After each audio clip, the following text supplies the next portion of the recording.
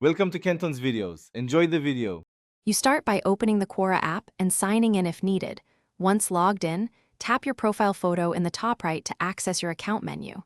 Make sure the app is updated to the latest version so new language options appear. Then tap Settings from that menu to open Preferences.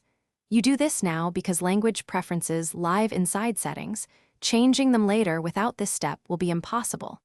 Keep your internet connection stable while Settings loads. Once in Settings, scroll to find Content and Language or simply Language depending on your app build. This section controls UI text and content language. Tap Language to see the available list. Quora often groups languages by region, so look carefully. Select the language you want and then tap Confirm or Save. You should see a short loading indicator as the app applies the change. If prompted, restart the app so the interface fully refreshes and content to finish, close and reopen Quora to ensure every label and feed element switches to the new language. You'll notice menus, prompts, and suggestions adapt. Verify by scanning your question feed and profile settings for the translated text. If something looks off, go back to Settings to confirm the selected language remained saved.